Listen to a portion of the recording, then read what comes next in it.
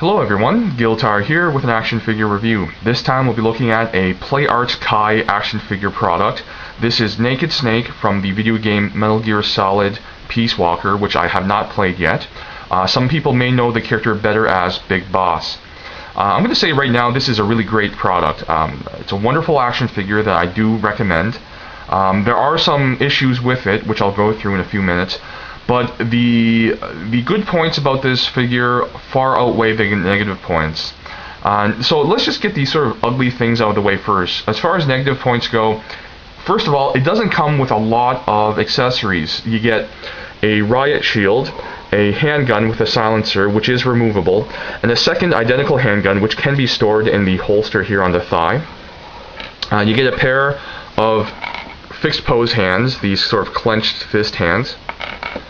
And in addition to the shield, you get two straps. There's a flat strap that by default is attached when you get it from the packaging. And then there's also a longer curved strap here, which is used for securing the arm onto the shield when you have it posed on the figure. But aside from that, that's pretty much all you get for accessories. That is a negative point in my view, because despite accuracy, whether it is or isn't accurate to the game depiction of Naked Snake and Peace Walker, you don't get a lot with the figure. And you know what, in general, when you get a high-end action figure for a high price tag, most people, including myself, expect a little more depth and variety in terms of accessories. It is a little sort of under, I guess, equipped. But at the same time, I will mention that the character of Naked Snake is sort of a covert operations soldier specialist. He usually doesn't go into operations with a ton of gear. And you know, that's sort of part of the reason why, or sort of explanation of the origin of the codename of Naked Snake. But yeah, with that in mind, I don't really mind the lack of accessories, but in general, and because I'm doing this review as a general review for people of all sort of preferences, yeah, I would say, unfortunately, just as a straight up, objective look at the figure and its presentation, the lack of accessories does hurt the overall impression of this figure to me, though not severely, but it is something that does stick out to me as a negative point. Another negative point involves, I'll just remove the shield here to better show you guys. Another negative point is just a design of the pelvis and hip section of the figure. Basically, the hip section here, or the pelvis section rather, is a hollow PVC, malleable piece of plastic. It's difficult to see from certain angles, but if you look at the figure from an elevated position with the torso moved in certain ways, you can actually see through the pelvis section and see a gap there, which is, visually unpleasant. It looks odd and kind of makes the figure look cheap with a hollow section like that.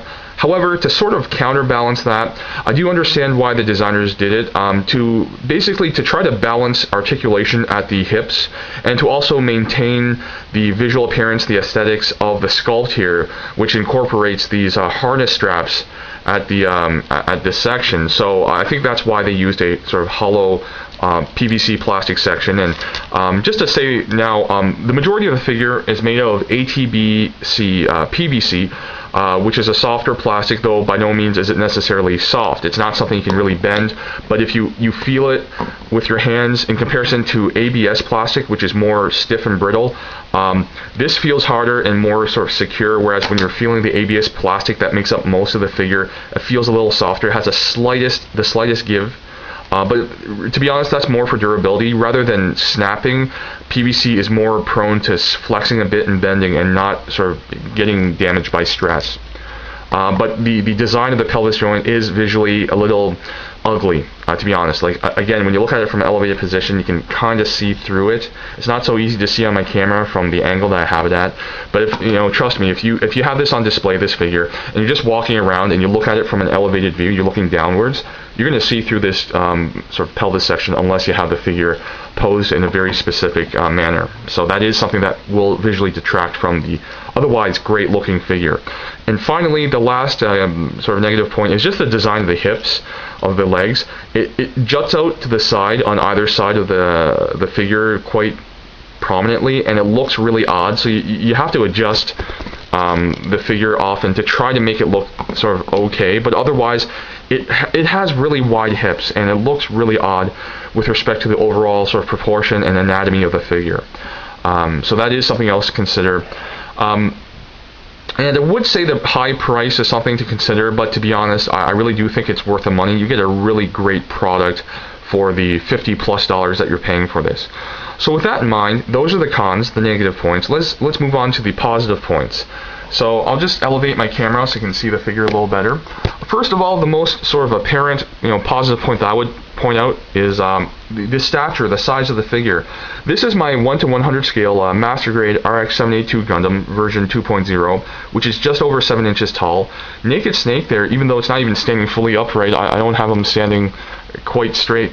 He towers over this Gundam model kit easily. Overall, the Naked Snake figure is about 9.5 inches tall. Not quite 1/6 scale, which is about 12 inches. 12 inches, excuse me, but still at 9.5 inches, it's very big, and for a lot of people out there, bigger is better when it comes to action figures and model kits and whatnot for their display. So definitely Naked Snake here commands display presence, shelf presence. So that's something that people will probably like. In addition to the large size, it has a large or hefty feel to it. It has a really great physical presence. It doesn't feel like a flimsy toy. Even though it's a high-end action figure, the combination of large stature, solid construction, and being made mostly out of a PVC styled plastic makes this feel like something that has a lot of play value. You're not afraid to manipulate and pose the figure and play around with it every once in a while. There's really no fear of breaking it. As you would probably come across with an SIC figure, for example, and many other Chogokin figures. Sometimes they have fragile feeling joints and parts. Naked Snake here feels solid all around. It feels like a sort of a mainline, $10, $15 toy, but with much better detail and sculpting and paint application. Now, speaking of sculpting and paint application, that's another positive point. This looks like a statue. It looks like something that would have been made by McFarlane Toys or NECA or another high-end Japanese toy company.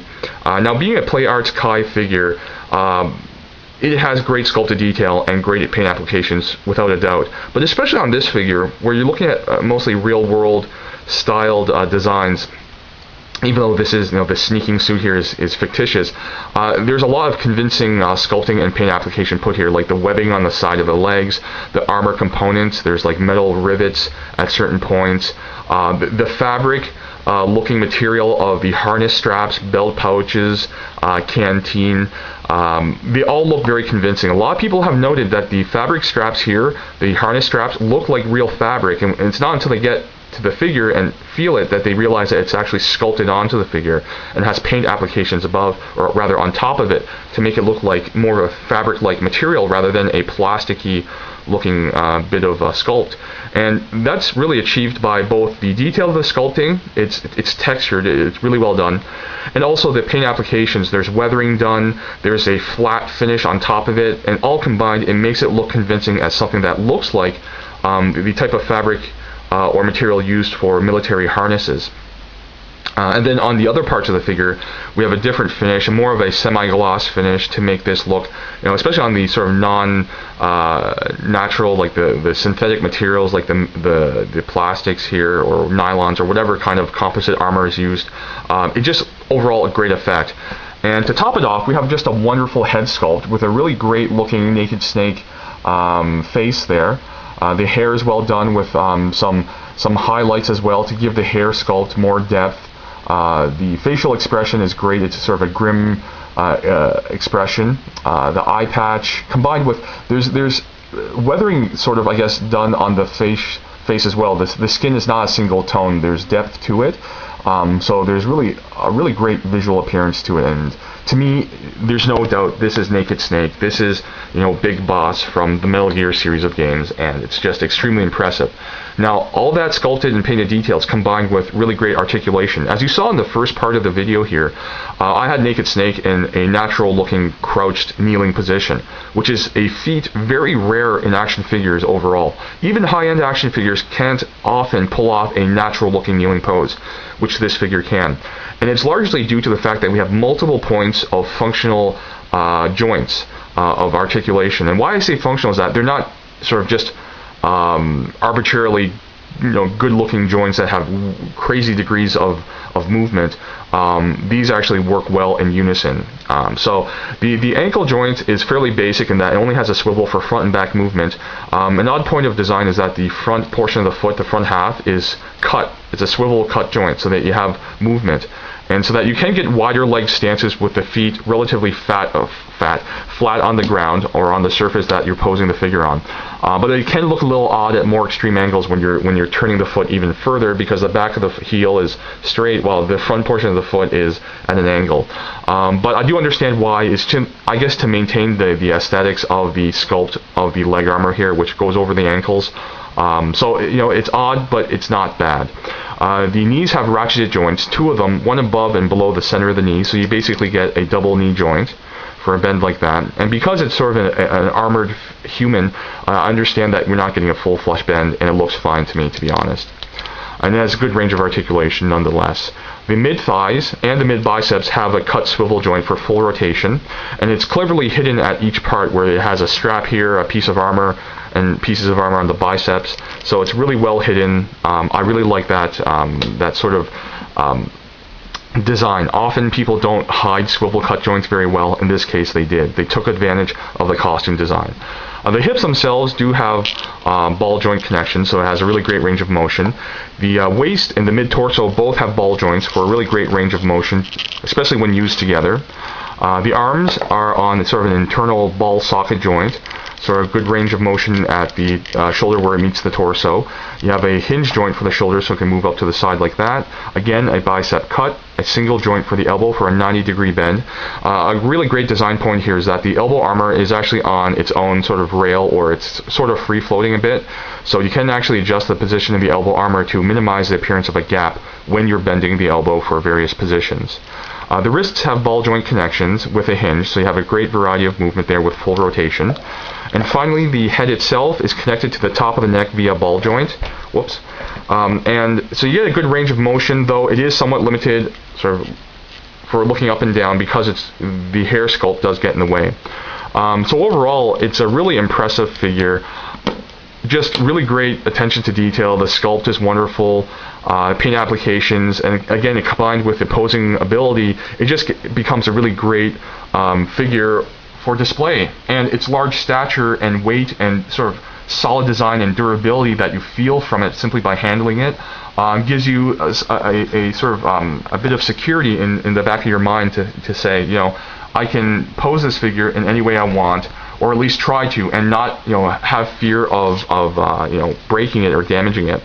So overall, yeah, I really recommend this figure for all the good points. And despite the sort of negative points of a low accessory count, issues with the sculpt at the pelvis, the wide hips, those are relatively minor. There's a mountain of good points that really, to me, override any sort of negative thoughts that one could have of this figure. And yes, it is expensive at over $50 American, but I think it's well worth it. So that's my review. I hope you guys enjoyed it and got something out of it. As usual, thank you very much for watching, and I'll see you guys at the next video.